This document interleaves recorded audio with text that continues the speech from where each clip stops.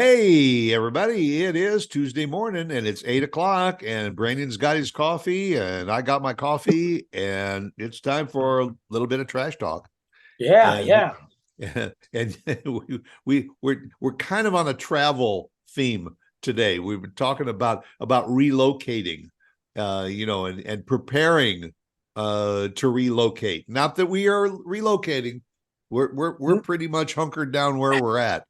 Yeah, at least till Luke gets old, to where Yeah, I'm here, guys. I'm yeah, here. yeah. But we run into people, new people all the time, and they're always from. It always seems that the people that are moving around the North Texas area are all from places that don't resemble North Texas at all. They Tell me come from, about it. yeah, they come from mountain regions. They come from lakes and rivers, and they come from the coasts, and they come here. And very often you get into a discussion, and one thing they say is, I wasn't prepared for this heat. I wasn't No, prepared God, for all this stuff. And we thought that's what Texas is all about. I mean, look, the heat. Now, look, no, the heat is ridiculous. It's literally the third layer of hell here. Okay, I walked yeah, outside. I saw a guy moving in. I realized it was Satan, and I was like, "Oh, look, it's the devil. He's here." yeah, Um, I've been here almost 12 years. I hate the heat. I can't stand it. I don't know, but some of it's kind of cool. Like in the beginning, like you're like, cool, it's summertime. Let's go to the beach. Let's go to the lake.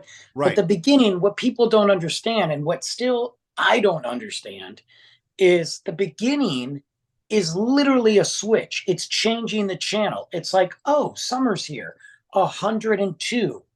There you go. And I'm like, we weren't even in July, and right, we were hitting the hundreds. And not only were we hitting the hundreds, we are like 104 feels like 107, 107 feels like 115. And I'm like, dude, and the sun is just frying you. Like, just I and the it to me it's the longevity of the heat. It's 10 o'clock at night and it's 92 degrees. Like, right. what is going on Yeah, here? yeah. I mean, you remember when we were growing up, the hottest part of the day was always like noon to 3. Yeah. And all you'd get out of school, and then the temperature would start to drop. In Texas, the heat of the day is 3 until 6, which that means rush hour is always the hottest part of the day, and rush hour has got its own issues here anyway. But it is hot, it's humid out. You turn the radio on in your car and they're talking about, well, we're about 2 seconds away from the grid exploding. We're uh always 2 seconds away because, look, don't get me started, okay? Because uh, look, we had it this in is the the only place wintertime. I've ever lived where instead of fixing the problem, they notify you that the problem's coming, Yeah. and you should be prepared for Every time I go to pay my bill, I'm like, why am I paying my bill when right, you literally have this piece of crap, antiquated grid that you sit there know is garbage? You basically just did it to pay billions to your friends, and our grid collapses every 2 seconds. If the right, temperature gets hot, oh my God, the grid collapses. Cold, the grid collapses. And I'm like, you guys want to be independent? You don't even have electricity. right. And by the way, my electricity went out 3 times this month. And all, is there a credit on my bill? No, No. no, but no. But but the like, and the other thing about the longevity of the heat is summer doesn't end. no, no, It no, doesn't no. end until like the middle of October. October if you're lucky. Yeah. Like, I went trick or treating with Luke and it was 70. I wanted to go out of my, like, I want it to be cool because look, you're wearing a costume anyway, but it doesn't got to be like Michigan cold. It just needs to be cool. Right. Nah. And then it goes from like, hey, here's your weekend of fall, to just kidding. Tomorrow's going to be 20 degrees out. That's Welcome right. to winter. Yes, and and they do not have salt trucks here. It when the temperatures drop, or it'll rain the day before it drops into the upper 20s, and so that everything becomes a sheet of ice. Oh my, don't get me started on this. Yeah. Don't get And then the reverse into the springtime and everything. It's still cold in March and sometimes April. And then all of a sudden it pops up into the upper 80s. Well, yeah, like, and I've argued with people that I'm like, y'all need to just get like 2 salt trucks. And people are like, well, you don't understand. See, it doesn't happen very often. Bull crap. I've been here 12 years Yeah. and it's happened like 3 times a year.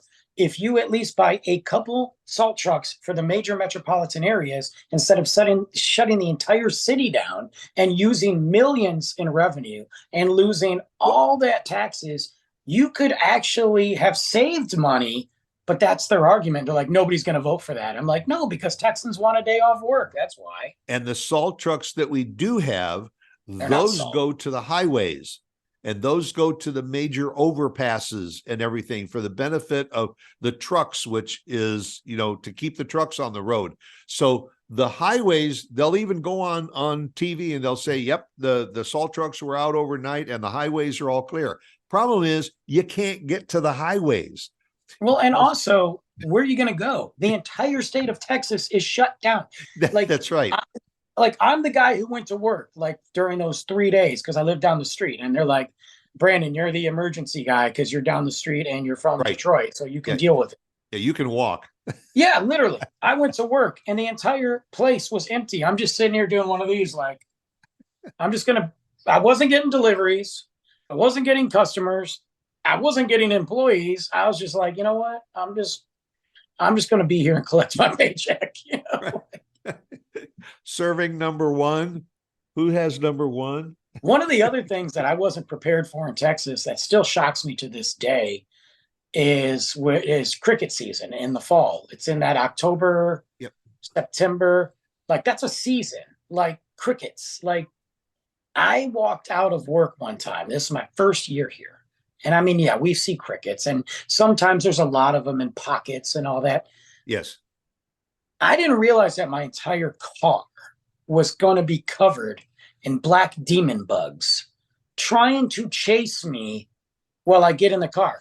And they're just everywhere. You're crunching on them. You can't even avoid it. You're walking down the street and it's crunch, crunch, crunch. And you need noise canceling headphones when you go outside because they are loud.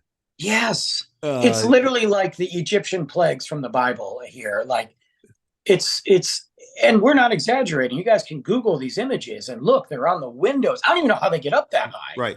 And God forbid you have to drive anywhere, because yeah. when you come home, believe me, if you don't clean all of those bugs off of the grill on the front of your car, it's going to eat the paint off of your car. I don't even care about that. I care about the fact that I got to get out of the car, got to step on more of them. Then I got to try to get in the house so they don't get inside. Right. Barefoot, because my foot is covered in bug guts.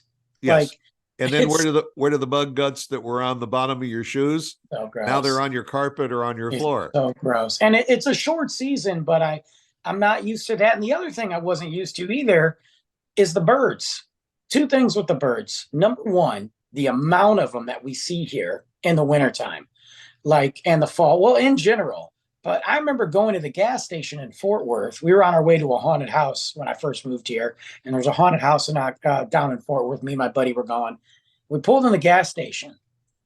And they're all lined up on the gas station, like surrounding it, like they're guarding it. Like that's their turf. And on the lines. I left. I was like, no, not today. And it didn't dawn on me, because I'm an idiot. It didn't dawn on me that, well, they fly south for the winter. This is as far south as they need to go. So they just hang out here. Yeah. They just chill. They just chill here. And then some of them take a pit stop on the way to Mexico. And very often at some of the major intersections, they're on the power lines, literally hundreds and hundreds of them on the power lines. So then naturally there's some idiot sitting at the stoplight who decides, hey, I'm going to honk the horn. Right. And you honk the horn and all the birds scatter. And what do they do when they scatter? Oh, it's gross. They drop on your windshield. Well, it's worse when you honk the horn and they don't move and they just stare. And I'm like, yeah. Yeah. The other thing too is birds don't sleep in Texas. They don't what? They don't sleep in Texas. They don't sleep. It could be No. 2 a.m. and there's a bird just going nuts outside. Like every time I walk outside, like at night or I'm coming home somewhere, there are birds everywhere, so loud. Like back home in Michigan, birds went to bed. And then when the birds started chirping, it was time to get up. Like here, they just don't stop. Yeah, They're just everywhere. they were more courteous up north. Oh, it's ridiculous. We have a dove that's on our roof, and it sits on the chimney. You know, the chimneys have a cover, and it sits there, and every day at dinner time, that effing dove is sitting on top of my chimney, and it's calling for a mate.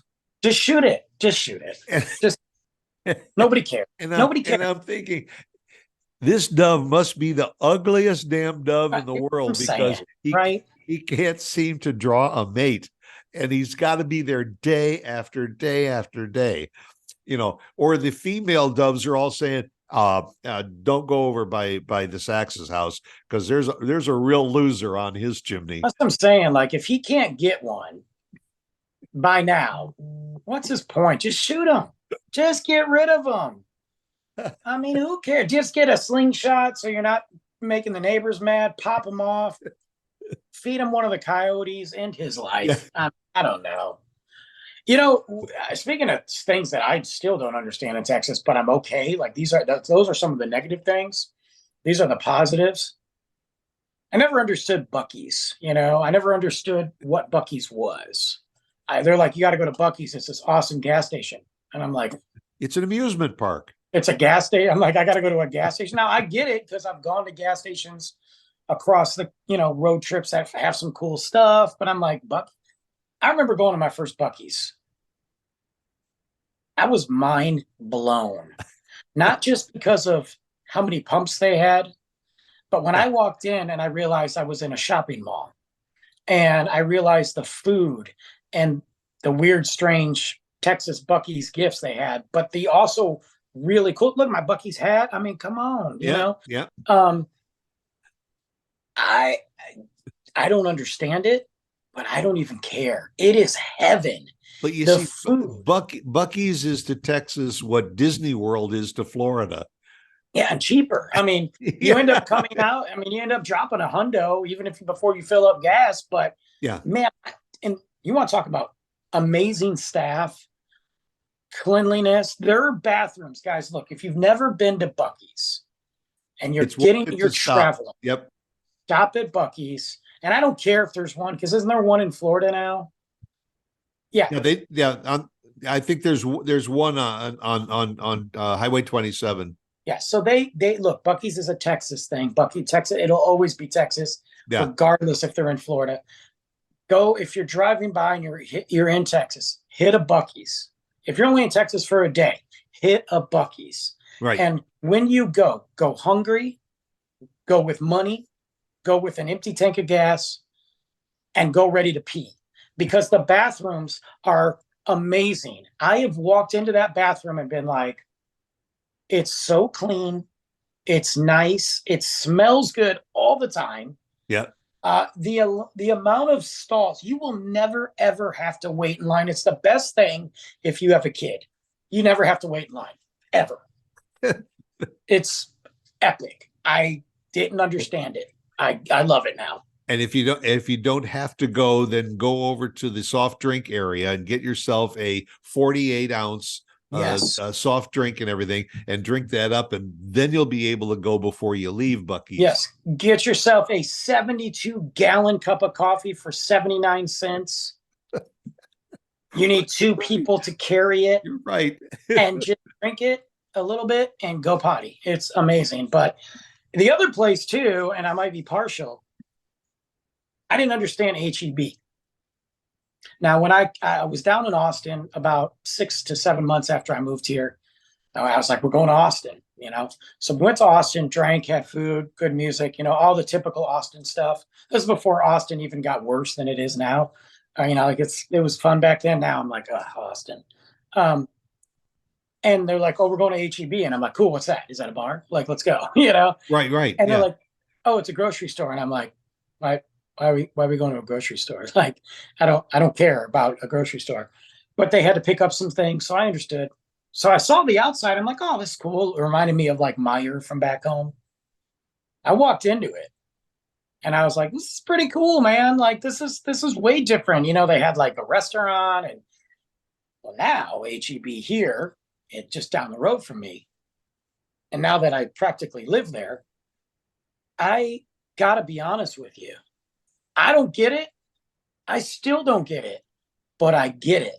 It is Yeah. amazing. The cool stuff you can find, the food, the beer and wine selection off the chart, the produce, the cool little like things that I've never seen anywhere. But most importantly, it's the level of service that makes you like, yeah, like a customer is part of HEB. Like you get why it's really a cult. Like I'm pretty sure that we drink Kool-Aid as we walk in and it's a cult, but it is an amazing, it's not just a grocery store. And the only way to explain it is just to go spend a day there.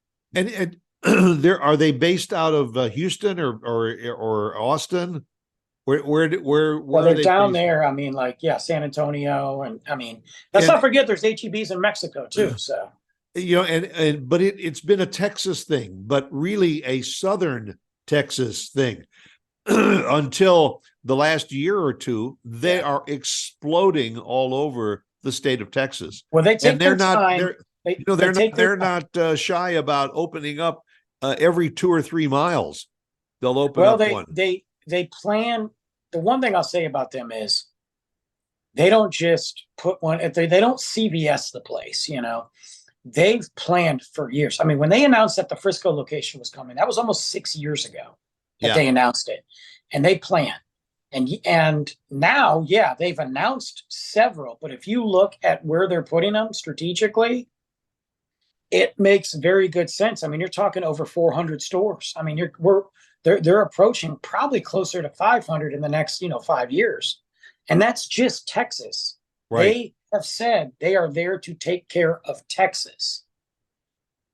They have no desire to leave.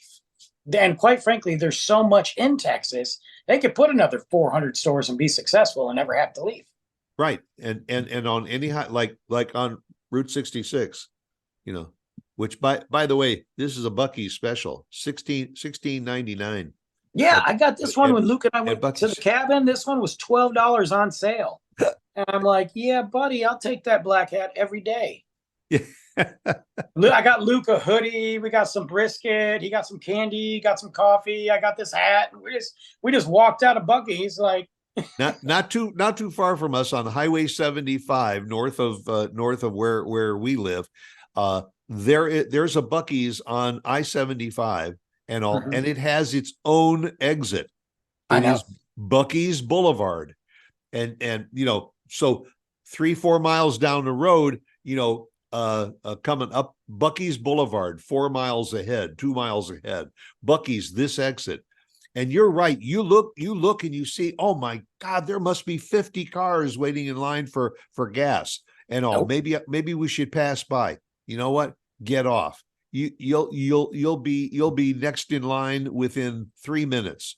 Absolutely. And I got to commend the service. And this is one thing that I'll say that every place needs to follow is if you're going to steal something from Buc-ee's, steal the service, how their Yeah. employees are, and how they take care of their employees.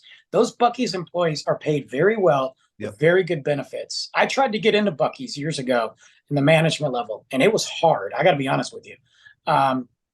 They take care of their staff there. But that's the same thing with HEB. If you look at HEB, how they take care of their people.